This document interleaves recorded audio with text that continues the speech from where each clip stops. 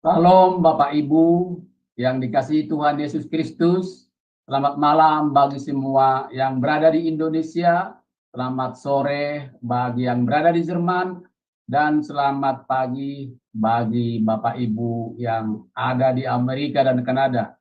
Kita bersyukur kepada Tuhan pada malam hari ini bisa bertemu kembali dalam pembelajaran firman di Zoom Sema Adonai dan channel YouTube Cahaya Firman. Bersama dengan pembicara kita pada malam hari ini, Ibu Pendeta Dr. Suryani Panto. Dengan tema The King and His Kingdom. Sebelum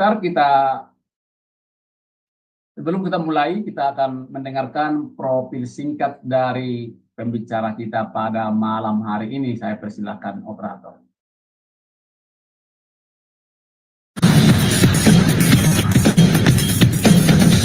Shalom semua, pada kesempatan kali ini, Sema Adonai dengan bangga memperkenalkan pengajar kita, Ibu Suryani Watimena. Dan berikut adalah profil singkat dari beliau. Ibu Pendeta Dr. Suryani S. Watimena, MTH, lebih dikenal dengan nama Suryani Panto. Lahir di Tanjung Uban, 11 Februari 1962. Beliau mengenyam pendidikan di SD Negeri 1, Tarempa Riau, SMP Gideon Jakarta Utara, SMA Negeri 13 Jakarta Utara, Sarjana Teologi School for Advanced Studies SAS, Word of Life Philippines, Major Missiology, Torpedo Bible School, Manila, Philippines, Major Missiology, Torpedo South Bible, Reverend Crest Chalet, Estates Farm, Colorado, USA, STT Inalta, Magister Theology, STT IKAT, Pasca Sarjana, Doctoral Ministry, Konversi Proses to DTH. Pengalaman pelayanan.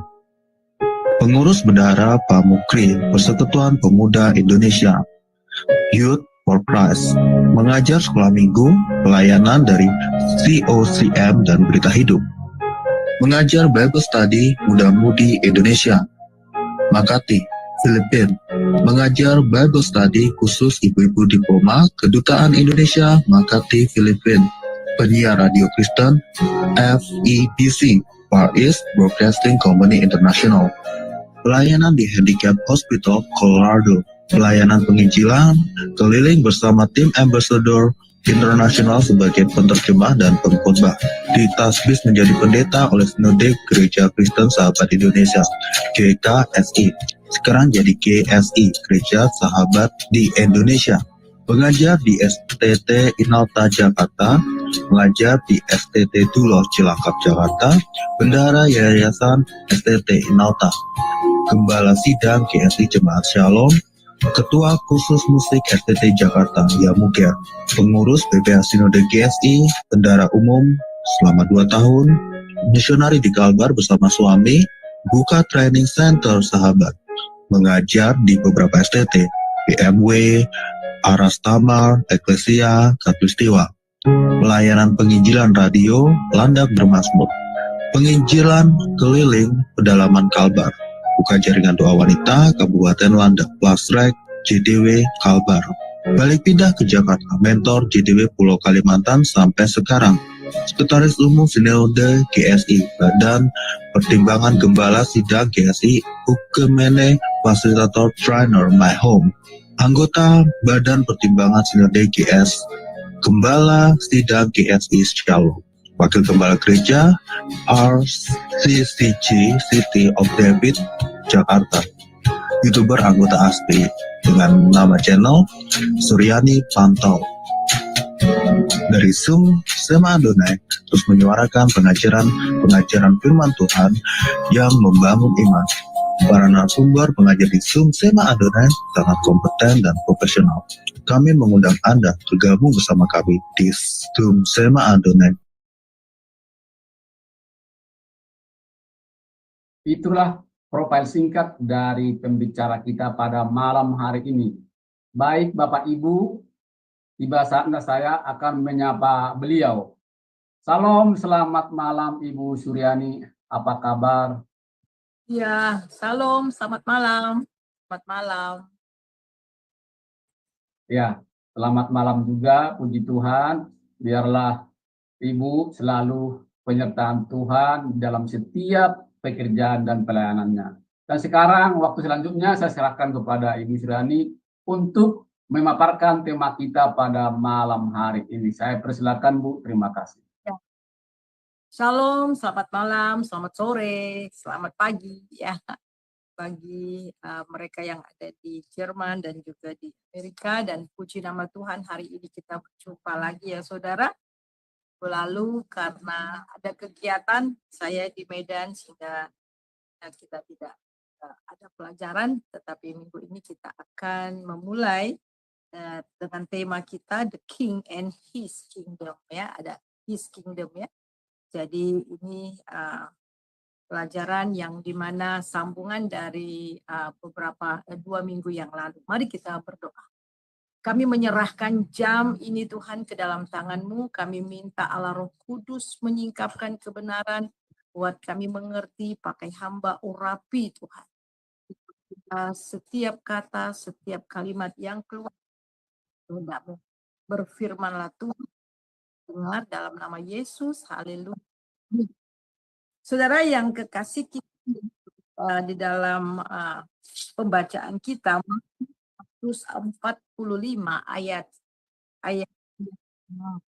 pertama itu maksudnya, dan ayat yang ke-10 maksud saya. Ayat yang ke-10 pertama 10 dan ya ayat yang ke ya. Kita akan baca bersama-sama. Kita akan lihat sampai ayat yang ke-13. Saya minta tolong. Puji-pujian dari Daud. Aku hendak mengagungkan Engkau, ya Allahku, ya Raja, dan aku hendak memuji namamu untuk seterusnya. Segala yang kau jadikan itu akan bersyukur kepadamu, ya Tuhan, dan orang-orang yang kau kasihi akan memuji Engkau. Mereka akan mengumumkan kemuliaan kerajaanmu dan akan membicarakan keperkasaanmu. Ya, slide berikutnya Pak.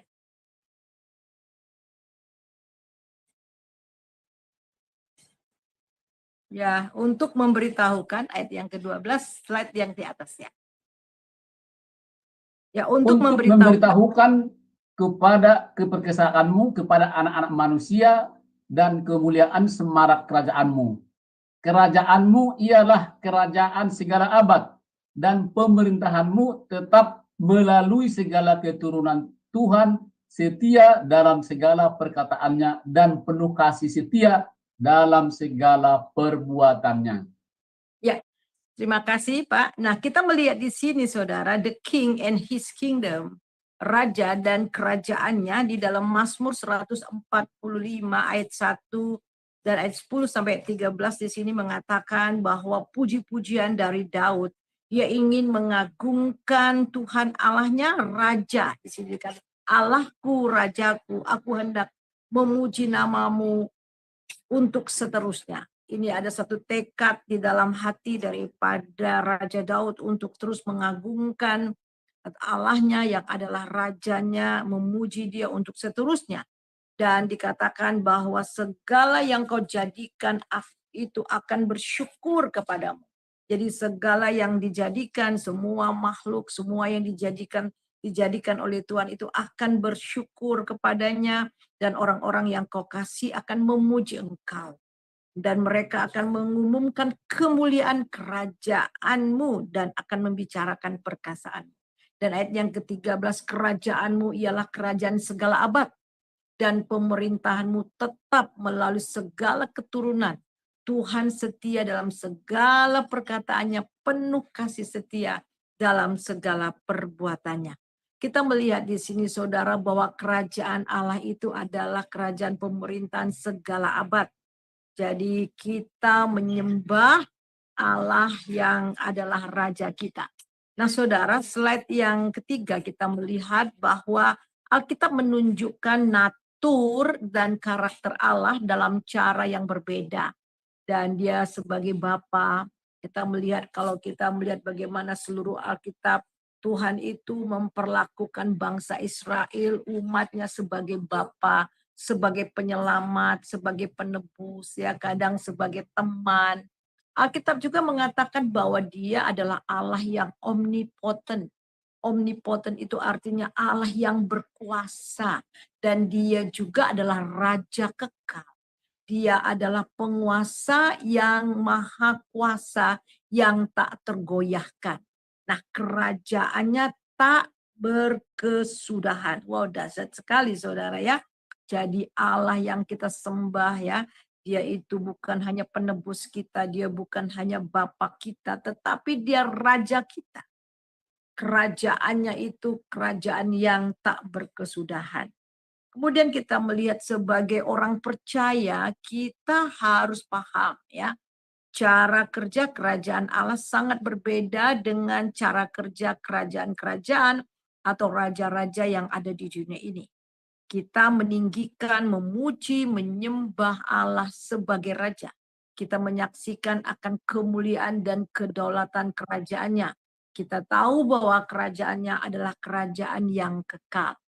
Nah, kerajaan-kerajaan yang ada di dunia ini, saudara, kerajaan yang tidak kekal, ya. Dan semuanya kerajaan yang ada di dunia ini akan binasa, akan berlalu.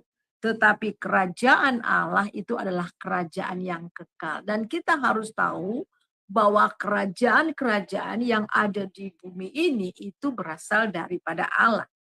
Nah, pujian merupakan pernyataan kita akan kebesaran Sang Raja.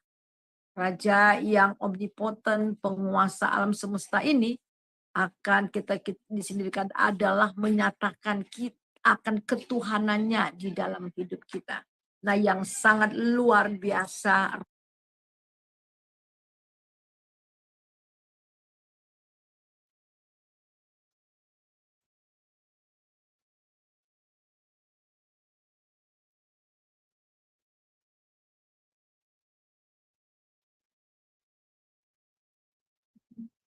Tampaknya Bu Suryani frozen ya.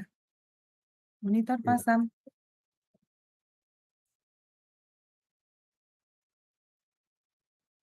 Iya, terpental Ibu Suryani.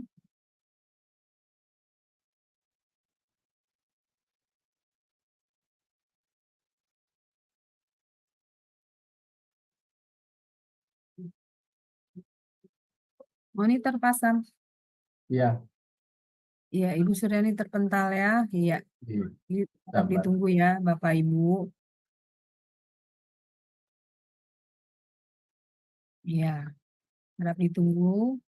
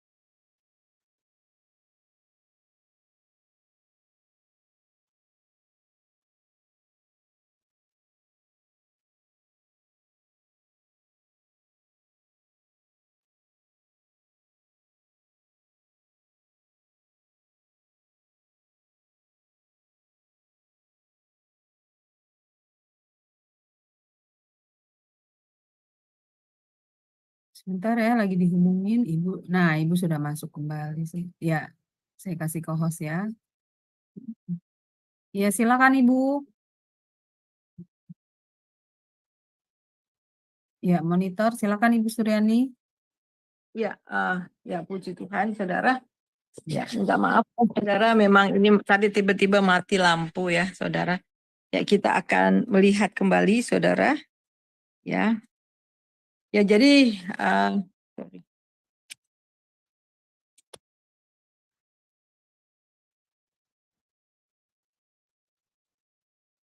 Sampai pujian tadi.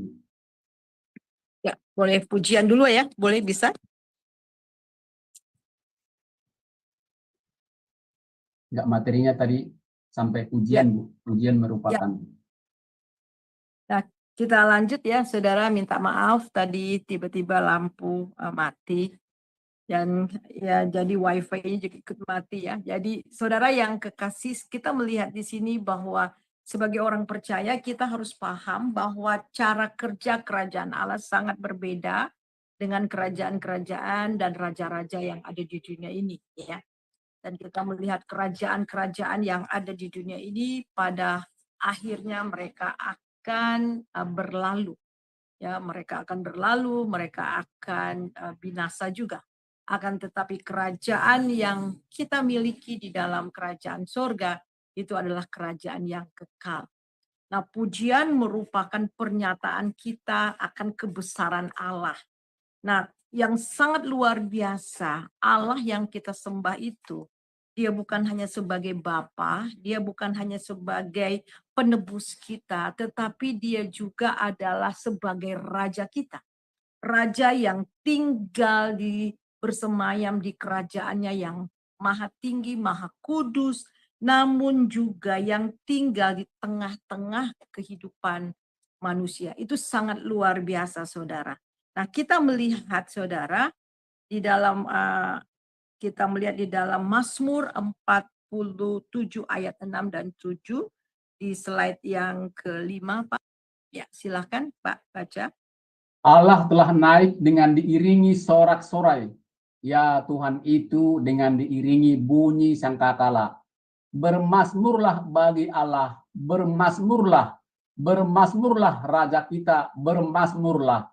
Engkaulah Rajaku dan Allahmu yang memerintahkan kemenangan bagi aku. Ya, jadi kita melihat di sini banyak sekali ya puji-pujian, mazmur yang dinaikkan oleh pemazmur, saudara. Bagaimana menyatakan bahwa Allah kita itu betul-betul raja. Allah itu naik dengan diiringi sorak-sorak, ya Tuhan, dengan diiringi bunyi sangkakala. Bermasmurlah bagi Allah.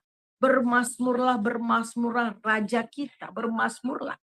Engkaulah Rajaku, Allahku, memerintah kemenangan bagi aku. Jadi kita melihat di dalam pemazmur, dalam doa si pemazmur berseru kepada Allah dan menyadari akan kedaulatannya sebagai penguasa yang omnipoten. Yang omnipoten itu yang maha kuasa, yang meminta kepadanya untuk memberikan kemenangan bagi Israel. Nah, ini adalah sesuatu contoh bagaimana kita dapat juga belajar dari pemazmur yang mereka lakukan. Mereka berdiri bagi bangsa, mereka berdiri mewakili bagi bangsanya, keluarganya, dan memohon kepada sang raja untuk melakukan sesuatu, yaitu untuk mengadakan kemenangan. Nah, saudara yang kekasih, kita melihat di sini, menurut Miles Monroe, ada beberapa hal mengenai raja dan kerajaannya. Kita lihat slide yang nampak, yaitu yang pertama, sebagai raja otoritasnya final. Dia berdaulat, tak seorang pun yang memberi dia otoritas. Dan tak seorang pun yang dapat menghilangkan otoritas. Nah, saudara, kita melihat sebelum segala sesuatu ada, sudah ada. Jadi dia sang pencipta.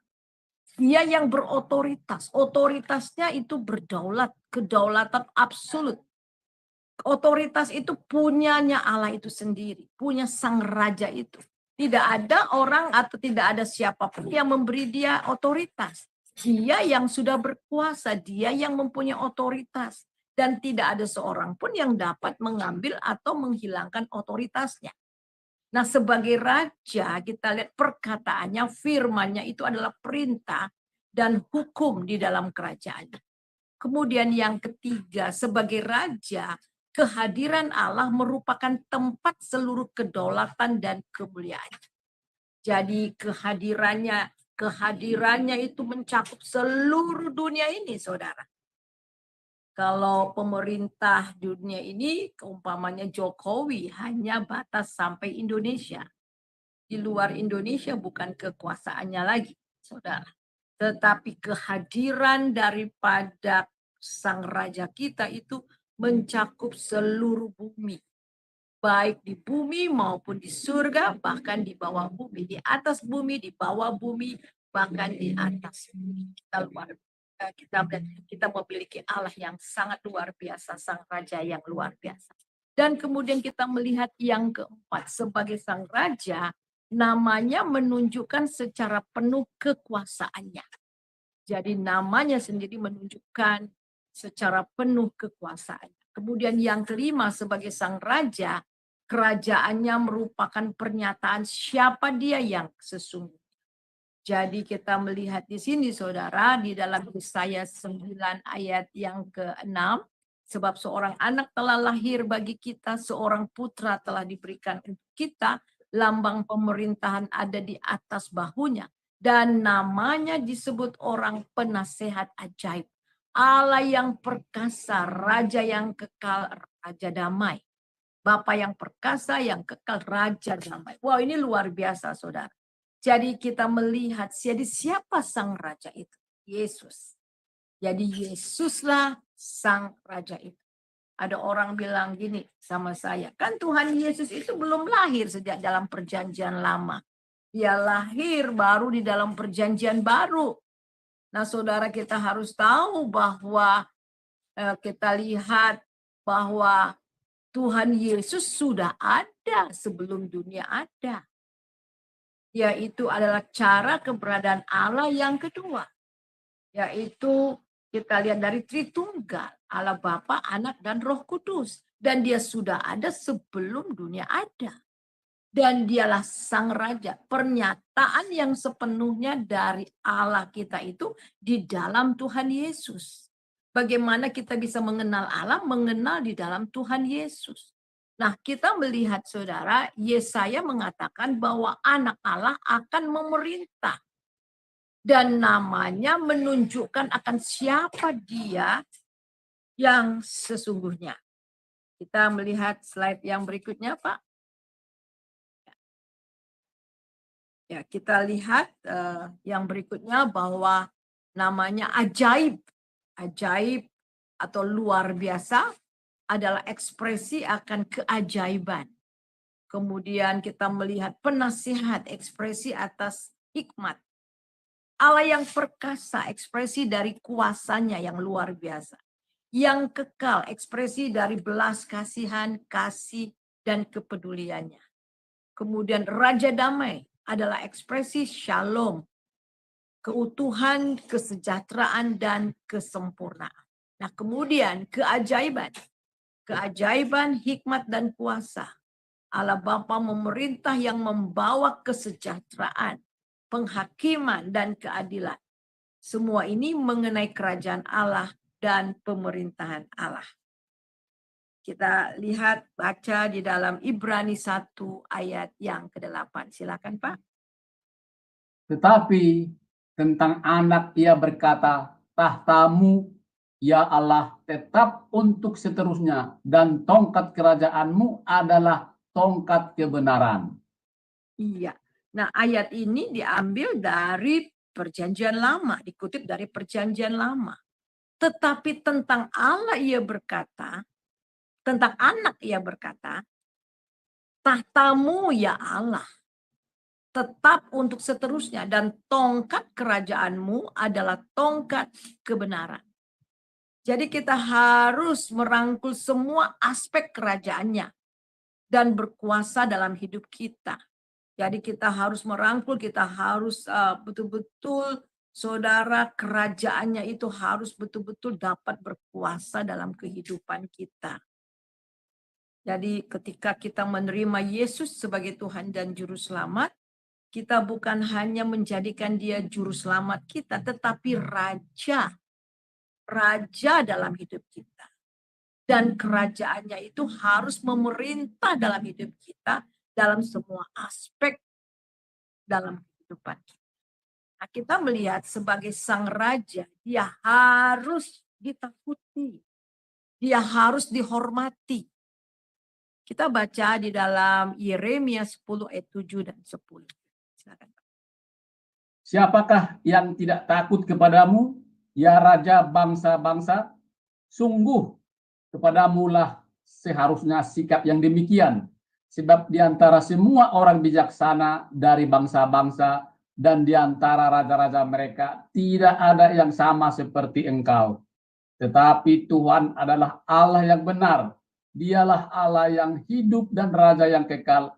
Bumi goncang karena murkanya dan bangsa-bangsa tidak tahan akan geramnya. Ya, jadi siapa yang tidak takut kepada Tuhan? Nah, kita melihat saudara, slide yang berikutnya kita akan melihat contoh.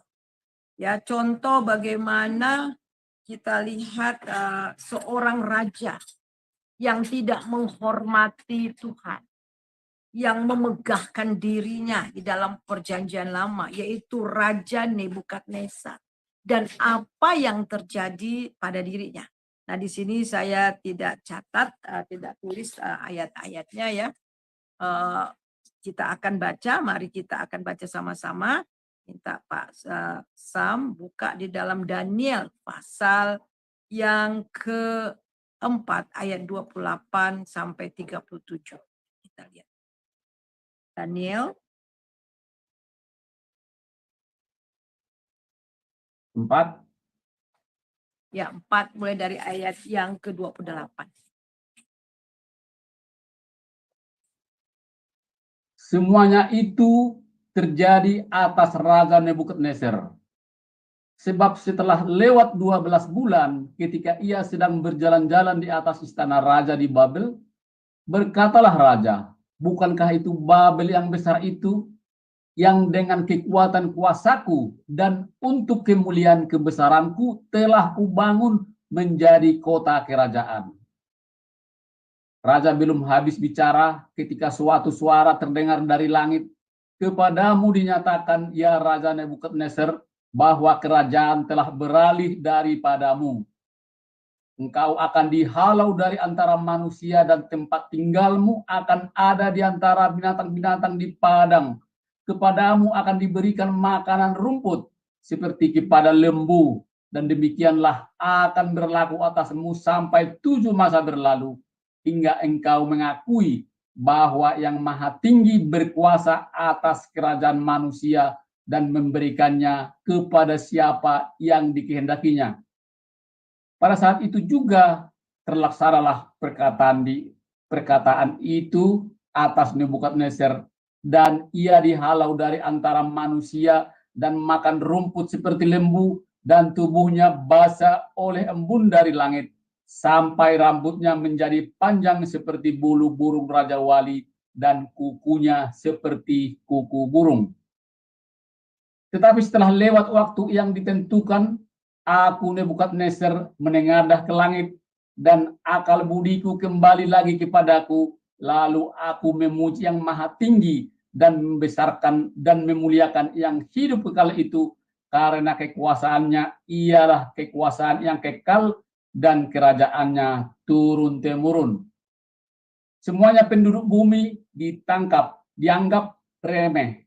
Ia bernubuat menurut kehendaknya terhadap bala tentara langit dan penduduk bumi, dan tidak ada seorang pun yang dapat menolak tangannya dengan berkata kepadanya, apa yang kau buat. Pada waktu akal budiku kembali kepadaku, kembalilah juga kepadaku kebesaran dan kemuliaanku untuk kemasyhuran kerajaanku, dan menteriku dan para pembesarku menjemput aku lagi. Aku dikembalikan kepada kerajaanku, bahkan kemuliaan yang lebih besar dari dahulu diberikan kepadaku. Jadi sekarang aku Nebukadnezar memuji, meninggikan dan memuliakan Raja Surga yang segala perbuatannya adalah benar dan jalan-jalannya adalah adil, dan yang sanggup merendahkan mereka yang berlaku congkak. Ya. Nah, kita melihat sini ada contoh yang sangat luar biasa ya dalam perjanjian lama Raja Nebukadnezar. Bagaimana pertama dia sangat meninggikan dirinya. Di dalam ayat, kita melihat ayat yang ke-28, ya kita melihat ayat 29, di sini dikatakan ketika dia berjalan mungkin di atas soto istananya, dia lihat wah luar biasa kemegahan, ya kekuasaannya sendiri ya sebagai di Raja Babel, saudara. Kemudian dia berkata, bukankah ini Babel ini besar dengan kekuatan kuasaku, dengan kemuliaan kebesaran, telah kubangun menjadi kota kerajaan. Nah saudara, kita belum habis dia bicara seperti itu. Dia memegahkan diri, dia congkak, mengagungkan dirinya. Kemudian datanglah firman Tuhan. Firman Tuhan mengatakan dia akan dihalau dari hadapan manusia dan dia akan tinggal bersama dengan binatang. Dan dia akan menjadi seperti binatang dan makan rumput. Kemudian rambutnya akan bulu-bulunya akan panjang seperti binatang. Dan kemudian dia memakan tumbuh-tumbuhan selama 7 tahun. Jadi saudara bisa bayangkan ya, pada saat itu juga terlaksanakan perkataan itu atas Nebukadnezar yang dihalau dari antara manusia dan makan rumput seperti lembu. Tubuhnya basah oleh embun dari langit sampai rambutnya menjadi panjang seperti bulu burung Raja Wali dan kukunya seperti burung. Tetapi setelah lewat waktu yang ditentukan, aku Nebukadnezar menengadah ke langit. Dan akhirnya setelah betul-betul direndahkan oleh Tuhan, sehingga dia seperti binatang, seperti lembu, ya saudara. Tapi setelah lewat 7 tahun, setelah 7 masa setelah itu, dia kembali memuji Tuhan. Wow, luar biasa. Dan di dalam ayat 24 di sini dikatakan, tetapi setelah lewat waktu yang ditentukan, aku Nebukadnezar menengadah ke langit dan akal budiku kembali lagi kepadaku. Lalu aku memuji yang maha tinggi dan membesarkan dan kemuliaan yang hidup kekal.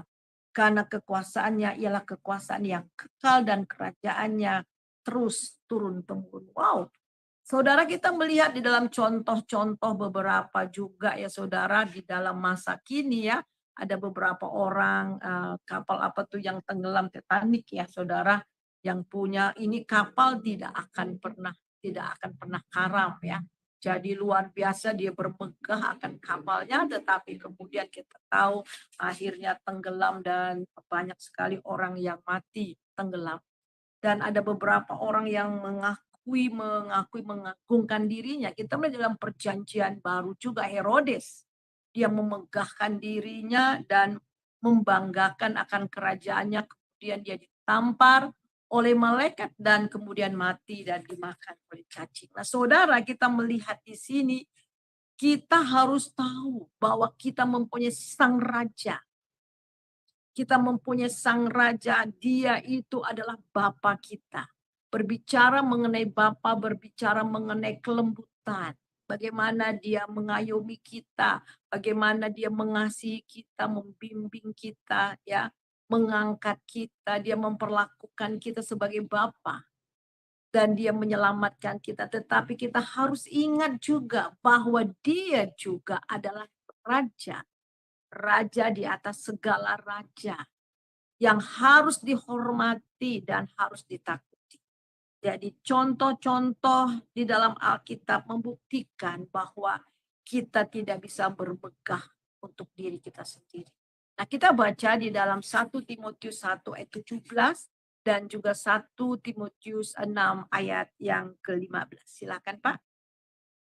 Hormat dan kemuliaan sampai selama-lamanya bagi Raja segala zaman, Allah yang kekal, yang tak nampak, yang esa. Amin. Yaitu saat yang akan ditentukan oleh penguasa yang satu-satunya dan yang penuh bahagia, Raja di atas segala raja dan Tuhan di atas segala tuan. Iya. Jadi saudara, kita melihat di sini kemuliaan sampai selama-lamanya. Maaf, itu penuh dengan kemuliaan. Raja di atas segala raja, Tuhan di atas segala Tuhan. Siapa dia? Yesus. Jadi kita melihat di sini saudara, dialah jadi the king, itu adalah Yesus itu sendiri.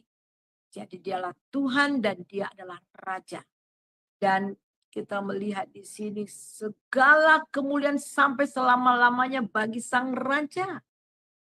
Saya melihat bagaimana saudara orang seenaknya saja ya menghina Tuhan Yesus dan rasa tidak takut. Kalau mereka tidak terjadi apa-apa, itu oleh karena kasih karunia. Diberi kesempatan untuk bertobat, saudara. Diberi untuk kesempatan untuk bertobat, percaya kepada Tuhan. Nah, kita melihat di sini bagaimana sang raja memperkenalkan kerajaannya. Slide yang berikutnya. 2 minggu yang lalu kita sudah belajar bagaimana kerajaan itu disediakan, dipersiapkan untuk saudara dan saya. Dan sang raja itu adalah Yesus itu sendiri. Dan bagaimana sang raja ini memperkenalkan kerajaannya.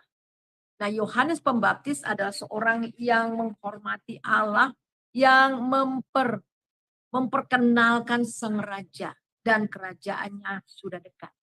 Bertobatlah sebab kerajaan sorga sudah dekat. Jadi Yohanes Pembaptis mendapat kehormatan untuk memperkenalkan kerajaan Tuhan. Kita baca Lukas 7 ayat yang ke-28. Sehingga Tuhan Yesus juga memuji akan Yohanes Pembaptis. Silakan Pak. Aku berkata kepadamu, di antara mereka yang dilahirkan oleh perempuan, tidak ada seorang pun yang lebih besar dari Yohanes. Namun yang terkecil dalam kerajaan Allah lebih besar daripadanya. Iya, jadi Tuhan Yesus juga menghormati atau memberi pujian juga kepada Yohanes. Tak seorang pun menjadi bagian dalam kerajaan sorga, ya, atau kerajaan Allah tanpa dilahirkan kembali. Yang dilahirkan kembali membawa kita kepada pengalaman alam rohani. Posisi dan otoritas tidak akan ada pada mereka yang belum dilahirkan kembali. Nah, bagaimana supaya kita bisa masuk ke dalam kerajaan Allah? Dan bagaimana supaya kita menjadi bagian dalam kerajaan Allah? Bahkan nama kita tercatat di dalam kerajaan Allah. Dan Alkitab jelas mengatakan, Tuhan Yesus katakan bahwa kita harus dilahirkan kembali, ya, dilahirkan oleh air dan firman, oleh air dan roh. Nah, Tuhan Yesus memakai 3 cara dalam memperkenalkan kerajaannya pada waktu dia masih hidup di dunia ini.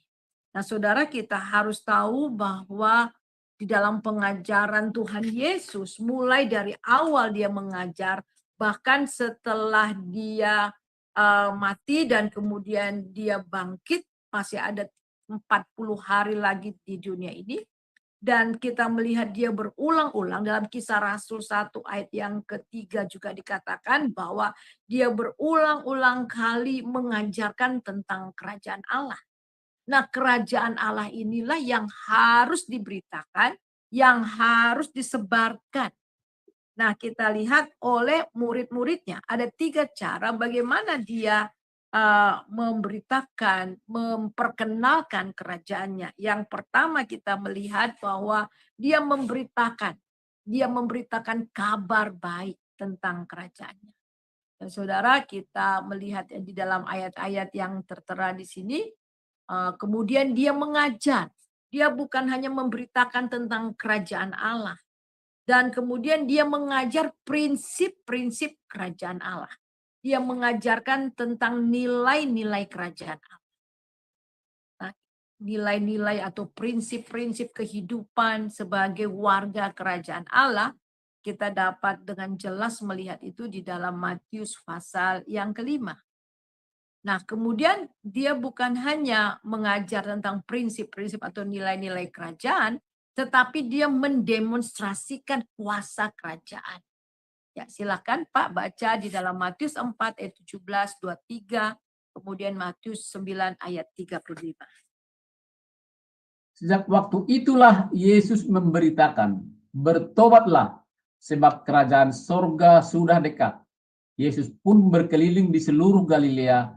Ia mengajar dalam rumah-rumah ibadat dan memberitakan Injil kerajaan Allah serta melenyapkan segala penyakit dan kelemahan di antara bangsa itu.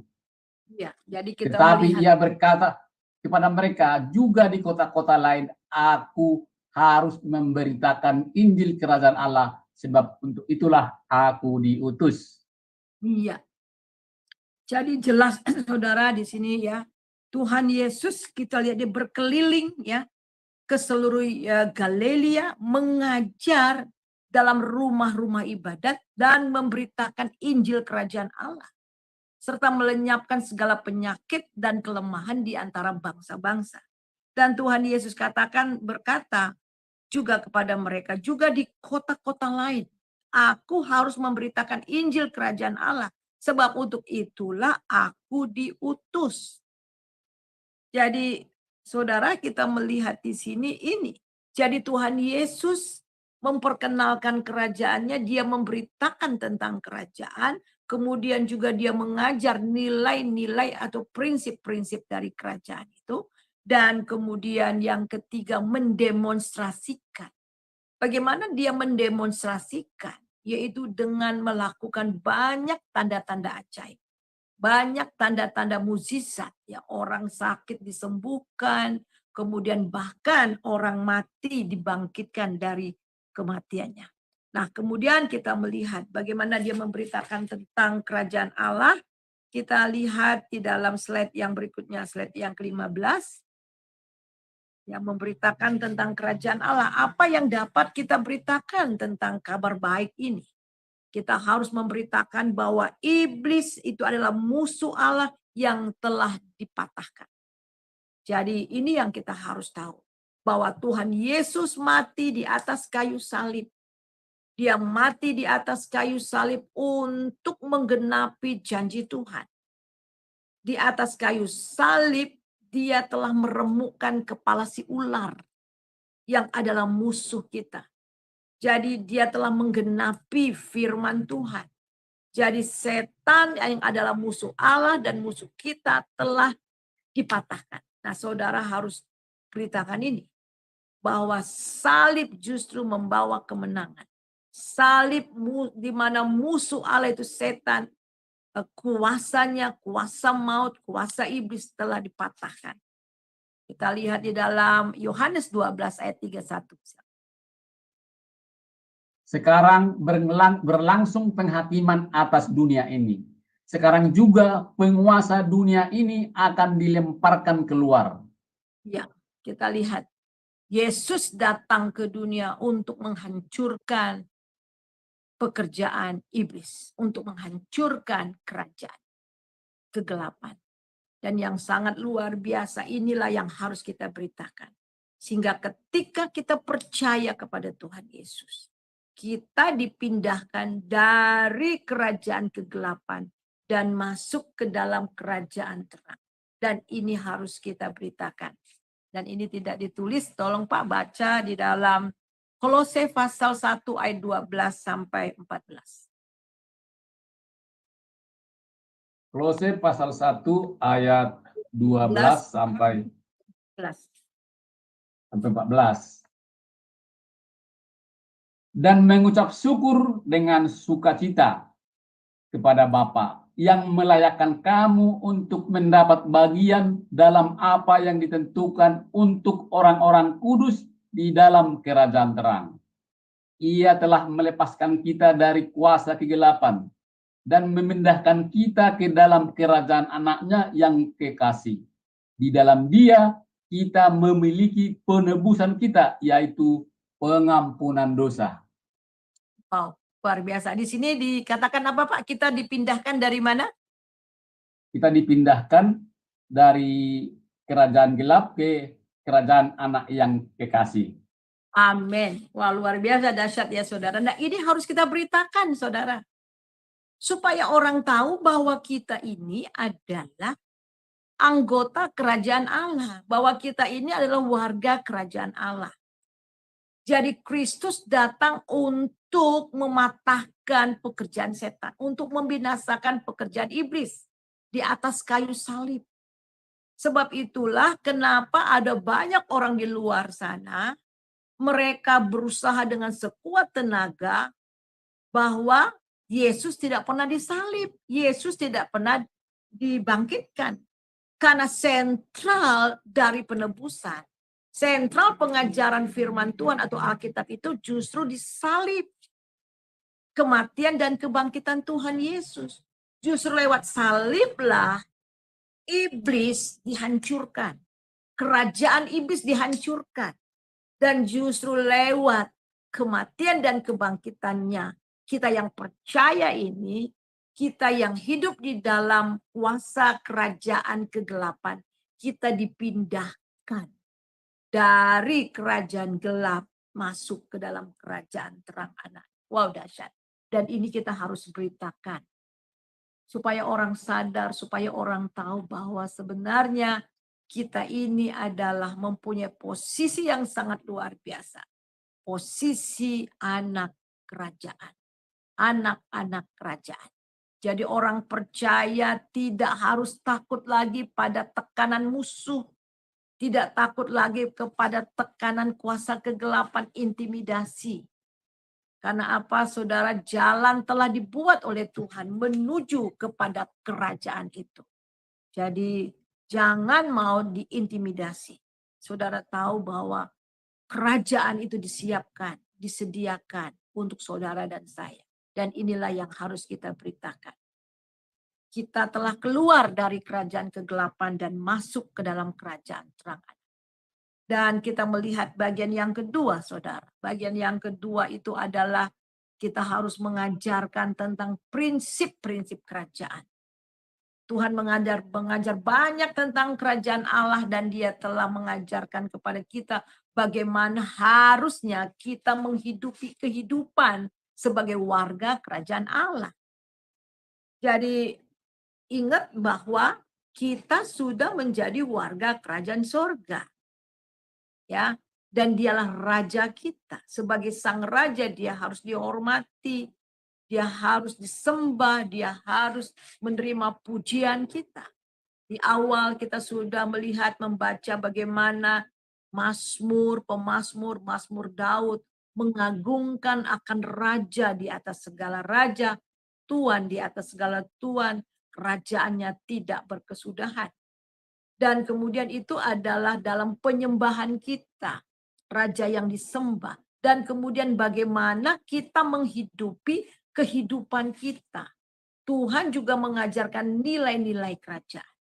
Nilai-nilai kerajaan itu berbeda dengan nilai-nilai kerajaan yang ada di dunia ini. Kalau saudara baca semua dari Matius pasal 5, wow luar biasa. Firman Tuhan katakan, firman Tuhan mengatakan di dalam Taurat, jangan membunuh.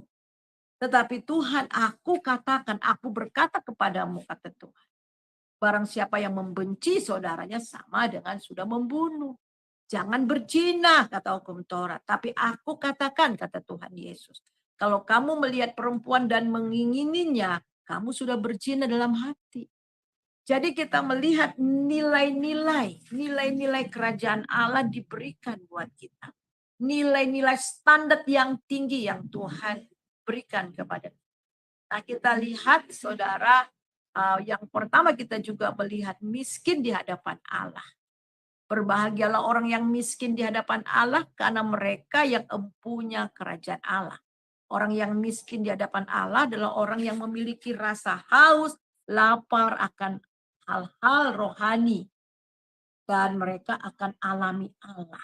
Jadi saudara, miskin di sini bukan miskin harta ya saudara ya. Bukan berarti orang yang miskin harta yang mempunyai hati yang rendah hati. Ada banyak juga orang yang miskin itu sombong. Maka ada istilah, gak apa-apa ya, biar kere asal sombong. Bahkan ada yang kata-kata seperti itu ya saudara. Bukan itu maksudnya. Miskin di hadapan Allah itu artinya benar-benar kita merasa papa.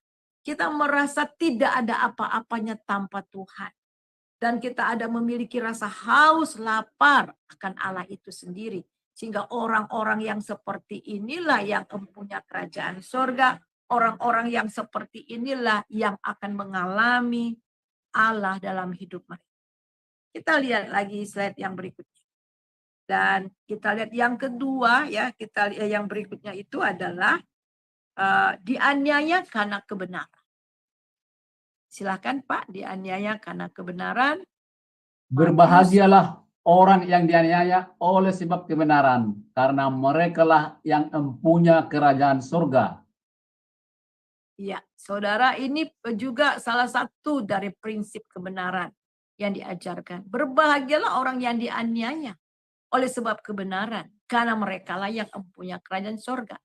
Nah, jika kita alami penganiayaan, oleh karena kita melakukan kebenaran, oleh karena kita mengikut Tuhan Yesus, ingat bahwa kita bukan milik dunia ini lagi, namun kita milik kerajaan Allah. Oleh sebab itulah dunia membenci kita. Kemuliaan Allah harus nampak di dalam dan melalui kita. Mengapa dunia membenci kita? Karena kita bukan milik dunia ini. Nah, oleh sebab itu kata Tuhan Yesus, berbahagialah orang yang dianiaya oleh sebab kebenaran. Karena merekalah yang mempunyai kerajaan Allah. Saya ingat beberapa tahun yang lalu ya saudara, beberapa tahun yang lalu ketika Ahok baru jadi gubernur ya saudara. Kemudian ada banyak orang juga yang membenci dia, termasuk pengusaha-pengusaha yang besar. Kemudian ada yang langsung ngomong sama saya. Sebab apa saudara tidak lagi boleh lakukan ini, tidak boleh korupsi dan sebagainya. Karena gerak mereka tidak lagi bebas seperti semula. Oleh sebab itu dibenci. Jadi anak-anak Tuhan ketika ingin menerapkan kebenaran firman Tuhan, ketika ingin hidup jujur, berintegritas di tengah-tengah dunia ini, dunia tidak suka. Karena itu melawan arus katanya, saudara ya. Jadi kita lihat di sini, kita mau berkorban. Apakah kita mau bayar harga demi kebenaran? Ya, apakah kita mau rela rugi oleh karena kita melakukan firman Tuhan? Jadi ini benar-benar saudara, dan memang saya berkali-kali pernah bersaksikan ya akan hal ini. Saya bangga punya papa saya. Ya, papa saya itu seorang pelaut, dia pernah bekerja di kapal minyak ya saudara. Satu ketika dia sedang berlayar, ya kapal membawa minyak yang sangat banyak karena dia chief engineer, kemudian kapten katakan, Chief, matikan mesin, naik ke atas. Ya, waktu dia naik ke atas, ada kapal tidak jauh dari kapal mereka, tidak jauh, dan kemudian kapten dan beberapa awak kapal sudah kumpul di sana. Ternyata mereka mau jual minyak. Jual minyak dan harus tanda tangan kapten dengan chief, ya saudara. Dan apa yang jadi, papa saya tidak mau tanda tangan. Kita mau jual, ini besar sekali, kita bagi-bagi. Dan apa yang jadi, gara-gara papa saya tidak mau kompromi, akhirnya setiap hari, setiap saat selalu bikin gara-gara. Jadi papa saya pikir kalau seandainya ini terus berlangsung, bisa saja dibunuh dan buang di laut. Dan kemudian papa saya berhenti dari kapal itu. Nah saudara, kita melihat di tengah-tengah keadaan dunia yang seperti ini, apakah kita bisa mau bayar harga? Katakan no to sin walaupun harus menderita karena kebenaran itu. Dan ini tidak mudah saudara, dan ini perlu komitmen. Dan kalau kita betul-betul ya, kita betul-betul menghargai, menghormati sang raja, apapun itu, kita rela bayar harga. Nah, kemudian saudara, kita melihat lagi yang berikutnya. Slide yang berikutnya, prinsip ya, prinsip juga ya. Dianiaya oleh karena kebenaran, dan juga saudara mengasihi musuh. Memang sini tidak ditulis ya, mengasihi musuh ya. Mengasihi musuh kita hanya ada di Alkitab. Hanya ada di Alkitab yang menerangkan kasihilah musuhmu ya. Nah, kemudian kita melihat lagi melakukan dan mengajarkan firman. Silakan Pak. Matius 5 ayat 19. Karena itu, siapa yang meniadakan salah satu perintah hukum Taurat, sekalipun yang paling kecil, dan mengajarkannya demikian kepada orang lain, ia akan menduduki tempat yang paling rendah di dalam kerajaan surga.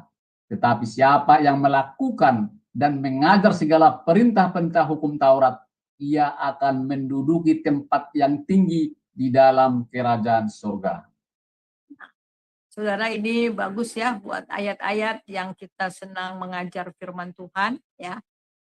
Yang memberitakan firman Tuhan, perhatikan di sini kita melihat di dalam ayat ini ya, di bagian B-nya, tetapi siapa yang melakukan dan mengajarkan. Siapa yang melakukan dan mengajarkan segala perintah-perintah hukum Taurat, ia akan menduduki tempat yang tinggi di dalam kerajaan sorga. Nah, ini janji Tuhan. Jadi saudara melakukan dan mengajar. Ada orang bilang gini, nggak usah dengar, nggak usah lihat kelakuan saya, tapi lihat aja pengajaran saya. Ya, nggak bisa saudara. Teach what you practice, practice what you teach. Ya. Jadi kita harus melakukan apa yang kita ajarkan. Dan kita mengajarkan apa yang kita lakukan. Sehingga pengajaran kita hidup. Kita harus tahu saudara bahwa ketika kita mengajar, ketika kita sharing firman Tuhan, ya, kita mengajar atau sharing firman Tuhan, itu bukan hanya sharing tentang pengetahuan, tetapi membagikan hidup, transfer kehidupan. Jadi teach what you practice, practice what you teach. Nah, inilah firman Tuhan. Tetapi siapa yang melakukan dan mengajarkan perintah-perintah hukum Taurat. Jadi orang yang melakukan firman Tuhan dan yang mengajarkan, ia akan menduduki tempat yang tinggi di dalam kerajaan surga. Jadi menjadi besar dalam kerajaan Tuhan Yesus mengajar kita harus menjadi seperti anak kecil, merendahkan diri di hadapan Allah dalam persekutuan dengan Dia. Dan juga menjadi pelaku dari firman Tuhan dan mengajarkan firman yang kita ajarkan. Nah, kemudian kita melihat firman Tuhan katakan, datanglah kerajaanmu.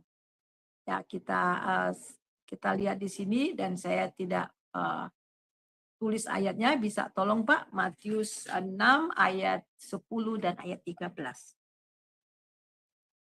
Datanglah kerajaanmu, jadilah kehendakmu di bumi seperti di surga. Dan janganlah membawa kami ke dalam pencobaan, tetapi lepaskanlah kami daripada yang jahat, karena Engkaulah yang mempunyai kerajaan dan kuasa dan kemuliaan sampai selama-lamanya. Amin. Nah, apa yang dimaksudkan dengan ayat yang ke-10 ini? Datanglah kerajaanmu, jadilah kehendakmu seperti di surga. Ya, kehendak Tuhan di bumi ini seperti di surga. Artinya membawa surga, atmosfer surga, kesejahteraan surgawi, nilai-nilai surgawi. Ya. Dan menjadikan Kristus betul-betul menjadi raja dalam kehidupan kita, dalam gereja kita, dalam keluarga kita, dalam hidup kita, dalam komunitas kita, ya, dalam bangsa kita, sehingga betul-betul kehendak Tuhan jadi di bumi seperti di surga. Jadi Tuhan mau sebelum kita masuk ke dalam kerajaan yang sesungguhnya nanti, kita sudah pelajari kedatangan Tuhan Yesus yang kedua, Dia mau juga selama kita masih hidup di dunia ini, betul-betul hidup, ya, hidup dalam atmosfer, hidup di dalam kerajaan surga. Jadi melakukan kehendak Bapa, ya, hidup dalam damai sejahtera, sukacita, hidup dalam otoritas kerajaan seperti di surga.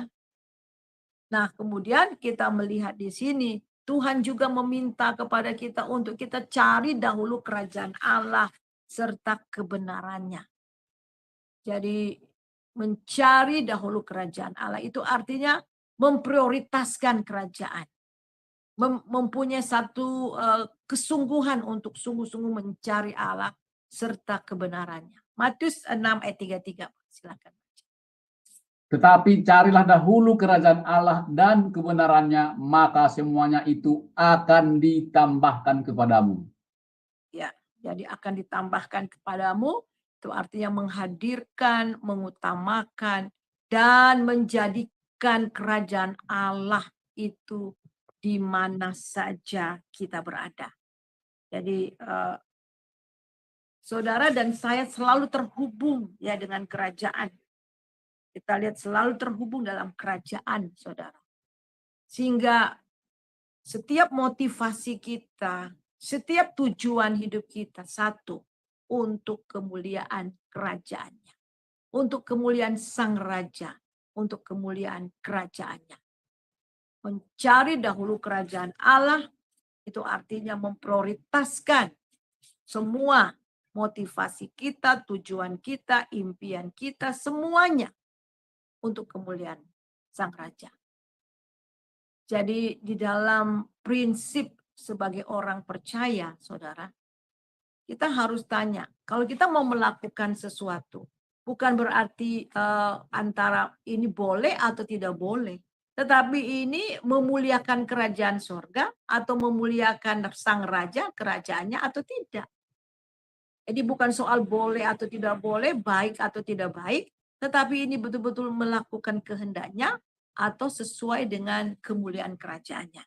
Sehingga yang terakhir kita melihat melakukan kehendak Bapa. Ya, melakukan kehendak Bapa. Silakan Pak. Matius 7 ayat 21 dan 23. Saya tidak tulis ini ya. Bukan setiap orang yang berseru kepadaku, Tuhan, Tuhan, akan masuk ke dalam kerajaan surga, melainkan dia yang melakukan kehendak Bapakku yang di surga. Pada hari terakhir banyak orang akan berseru kepadaku, Tuhan, Tuhan, bukankah kami bernubuat demi namamu dan mengusir setan demi namamu dan mengadakan banyak mukjizat demi namamu juga. Pada waktu itulah aku akan berterus terang kepada mereka dan berkata, aku tidak pernah mengenal kamu, enyahlah daripadaku, kamu sekalian pembuat kejahatan. Ya, nah ayat ini sering sekali ya dipakai oleh saudara-saudara kita di seberang sana ya. Itu buktinya orang yang panggil-panggil Tuhan Yesus nggak masuk surga. Bukan itu maksudnya. Jangan sampai kita itu lip service. Hanya bilang Tuhan, Tuhan hanya lewat mulut. Sebab itulah Tuhan Yesus mencela orang-orang Farisi, ahli-ahli Taurat pada waktu itu. Mereka memuji Tuhan, menyembah hanya lewat mulut. Tetapi kelakuan mereka, hidup mereka sama sekali tidak sesuai dengan firman Tuhan itu. Jadi bukan hanya orang yang pintar, puji-puji ya, Tuhan, tetapi hidupnya jauh daripada itu. Tetapi yang Tuhan mau itu adalah melakukan kehendak Bapa. Sebenarnya apa sih kehendak Bapa yang sesungguhnya? Nah, saya mau tanya sama Pak Sam, kira-kira kehendak Bapa itu apa ya, Pak? Melakukan firman-Nya dan perintahnya. Ya, melakukan firman-Nya ya, tadi melakukan prinsip-prinsip. Tetapi sebenarnya apa yang betul-betul kehendak Bapa yang sesungguhnya? Yang betul-betul menjadi satu yang mutlak. Apa sih? Nah, kita lihat ya. Kita coba lihat di dalam Yohanes pasal 6. Kita lihat Yohanes pasal yang ke-6. Kita baca mulai dari ayat yang 6. Nah, kita baca 38, Pak. Mulai dari ayat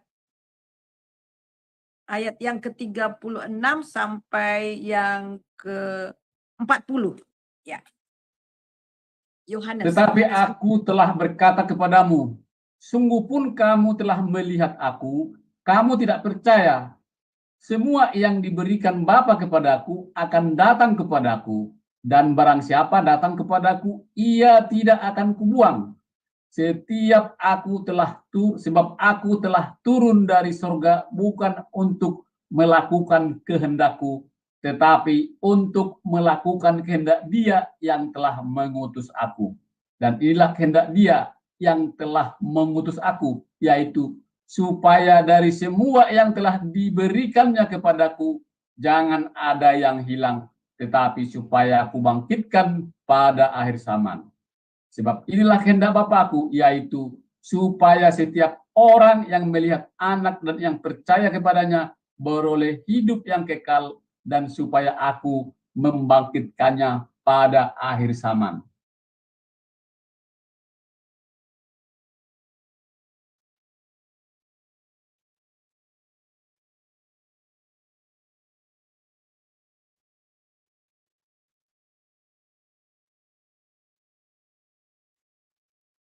Ibu Terlempar. Suryani sebentar lagi ya.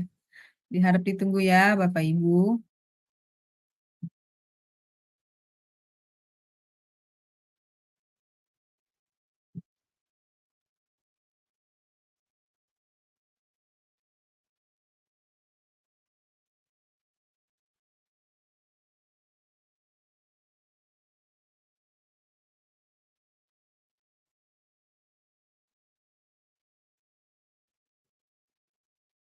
Sebentar saya hubungi Ibu Suryani ya Pak.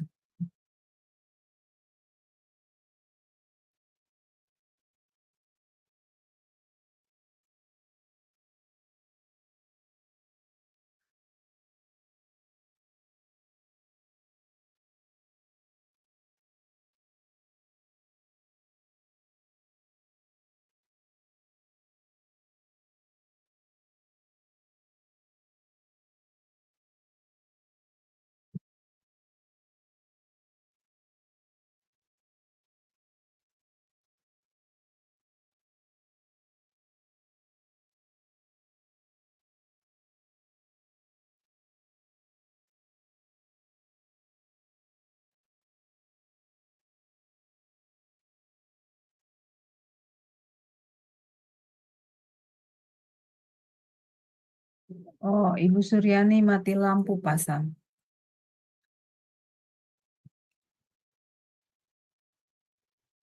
Iya, Ibu Suryani mati lampu pasang. Iya, iya.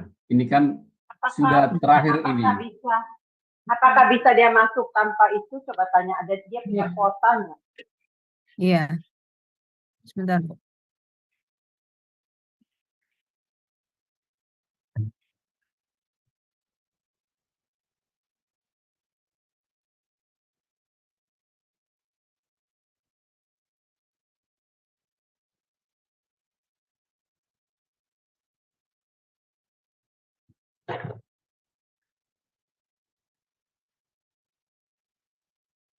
Tapi kata Ibu Suryani pelajarannya sudah selesai, Ibu. Iya. Oh ya, kalau gitu kita tutup aja, Pak Sam, Iya. selesaikan dan tutup dalam doa, Pak Sam. Minta Oh, ini maaf sudah masuk sama- lagi Ibu Suryani. Sebentar ya. Saya kasih ke host lagi. Ya, silakan Ibu. Sudah masuk lagi Ibu. Monitor Ibu Suryani. Ya. Minta maaf ya, aduh ini ada masalah dengan listrik. Iya. Akan dilanjutkan. Jadi, sedikit saja ya, sedikit berapa menit lagi. Jadi jelas ya saudara, seperti ya kehendak Bapa itu apa? Nah di situ di dalam Matius pasal 7 ayat 21-23 ya, bukan orang yang menyebut Tuhan Tuhan yang masuk kerajaan surga, tetapi orang yang melakukan firman. Apa melakukan firman di sini? Apa yang kehendak? Yang melakukan kehendak maksudnya melakukan kehendak Bapa. Yohanes pasal 6 ayat 36, tetapi aku telah berkata kepadamu, sesungguh kamu telah melihat aku, dan kamu tidak percaya. Semua yang diberikan Bapa kepadaku akan datang kepadaku, dan barang siapa datang kepadaku, ia tidak akan kubuang. Sebab aku telah turun dari sorga bukan untuk melakukan kehendakku, tetapi untuk melakukan kehendak Dia yang telah mengutus aku. Dan inilah kehendak Dia yang mengutus aku, yaitu supaya dari semua yang telah diberikannya kepadaku, jangan ada yang hilang, supaya kubangkitkan pada akhir zaman. Sebab inilah kehendak Bapakku, yaitu supaya setiap orang yang melihat Anak dan percaya kepadanya, beroleh hidup yang kekal, supaya aku membangkitkan pada akhir zaman. Jadi kehendak Bapa itu apa bagi semua orang? Percaya kepada Yesus. Percaya kepada Tuhan Yesus, menerima Yesus sebagai Tuhan dan Juru Selamat, menerima pekerjaan salib dan kebangkitannya. Sehingga orang yang percaya di dalam ayat 40, di sini beroleh hidup yang kekal. Dan supaya membangkitkan orang itu pada akhir zaman. Ya saudara, jadi jelas bahwa kehendak Bapa yang sesungguhnya itu adalah percaya pada Tuhan Yesus diselamatkan. Dan setelah diselamatkan menjadi warga kerajaan Allah dan melakukan prinsip-prinsip dari kerajaan itu sendiri. Amin. Mari kita satu dalam doa, minta Ibu Heni berdoa mengucap syukur untuk firman Tuhan. Ya, mari kita satukan hati di dalam doa. Bapak Sorgawi, terima kasih ya Bapak, kalau hari ini kami boleh menerima pengajaran firman Tuhan yang disampaikan oleh Ibu Suryani. Bapak, pelajaran ini Bapak, kami mengerti the King and His Kingdom Bapak. Bapak, kami mau Bapak, Engkau mendapati kami menjadi pelaku-pelaku firman. Tolong ya Bapak, agar hidup kami untuk mempermuliakan nama-Mu saja. Begitu banyak hal yang harus kami perbaiki di dalam kehidupan kami agar kami hidup serupa dan segambar. Mampukan kami Bapa untuk hidup berkemenangan dari hari ke hari, supaya waktu Engkau datang kelak mendapatkan kami hidup benar di hadapan-Mu. Kami ingin Bapa masuk dalam kerajaan. Bapak berkati Ibu Suryani yang telah menyampaikan kebenaran firman Tuhan.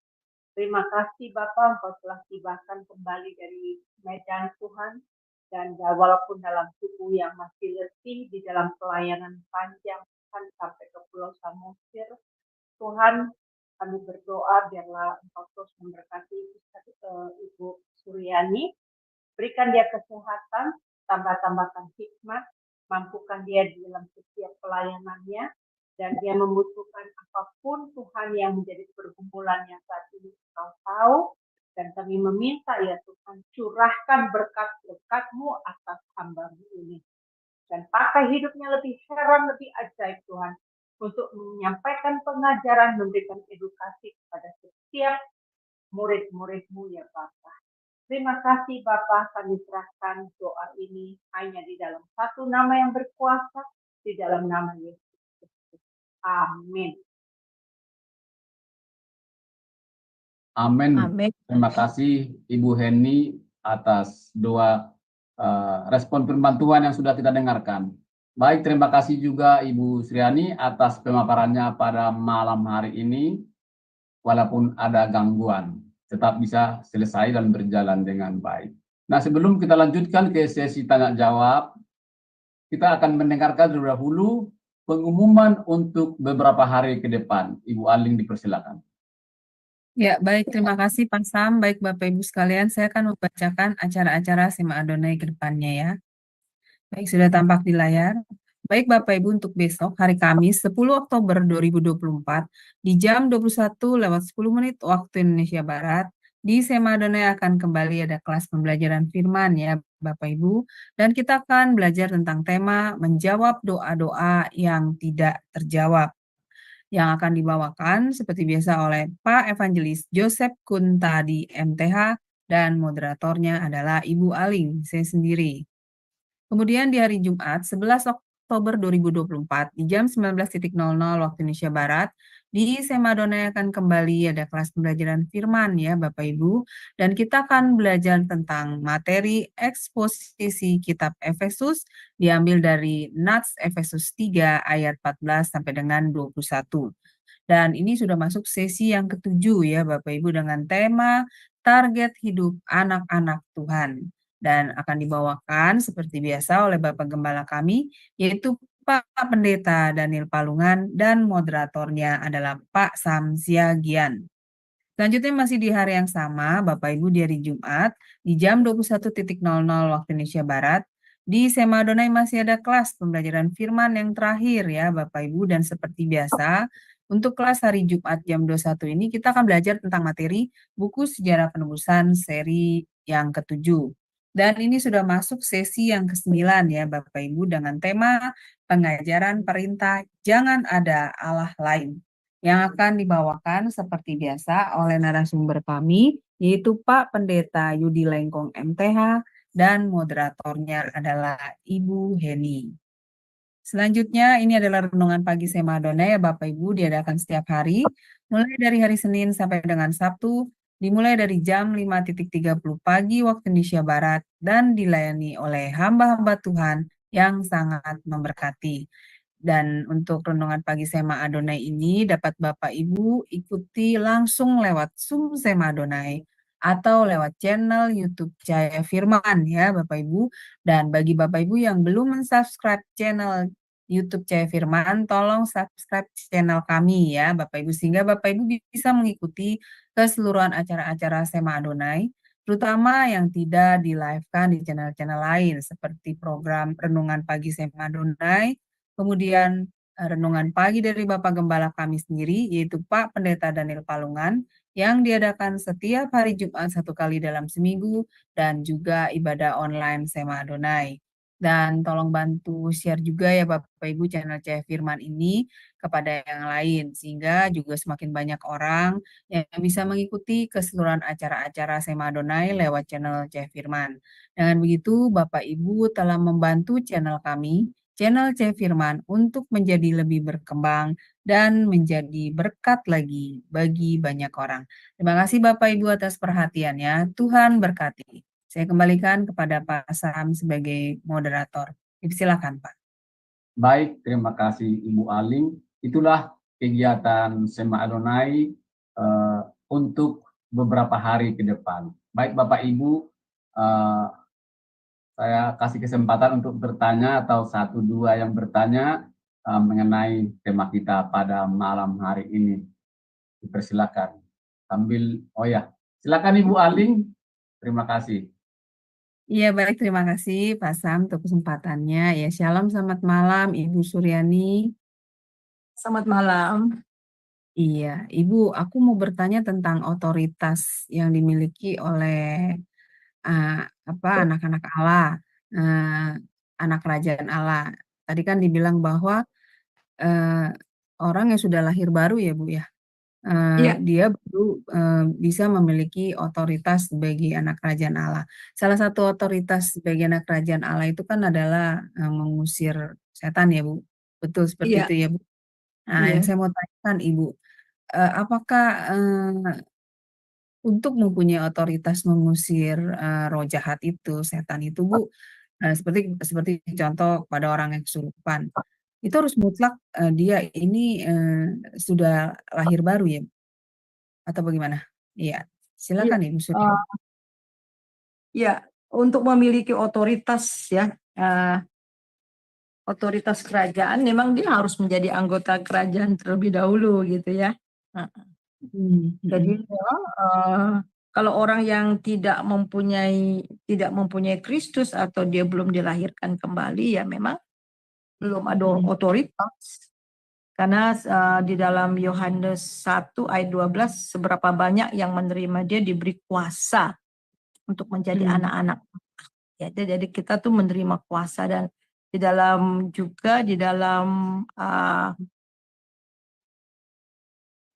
apa itu ya, Kisah Rasul ya, Kisah Rasul 1 ayat 8 ya, kamu akan menerima kuasa kalau Roh Kudus turun atas kamu dan kamu akan menjadi saksi.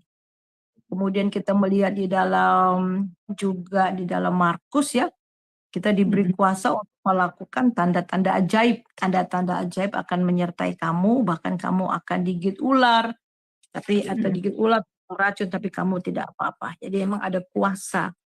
Jadi, kuasa itu yang sekali lagi kita hanya mendapatkan itu di dalam Kristus, ya, karena Kristus yang tinggal dalam kita. Dia yang bekerja di dalam dan melalui kita, karena posisi kita sebagai anak Allah ya, itu. Mmm. Iya. Nah, ada Kalau satu yang hal Bu yang bagaimana? iya. Iya Ibu, silakan Ibu. Iya, Ya. dilanjutkan. Jadi kalau orang yang belum ada Kristus, belum belum jadi anak Tuhan ya, Mhm. ya yang nggak ada kuasa. Saya ingat dulu, ada mahasiswa saya bersaksi, Mhm. mahasiswa, bersaksi, jadi itu, apa namanya, ada yang kerasukan, jadi, kemudian ada yang ya tiba-tiba ada satu orang bilang, "Keluar kamu!" "Eh, lu siapa?" katanya, "Gua kenal lu kok," katanya. Mmm. "Lu," katanya, "lu siapa? Gua kenal lu, siapa lu?" katanya bilang gitu ya.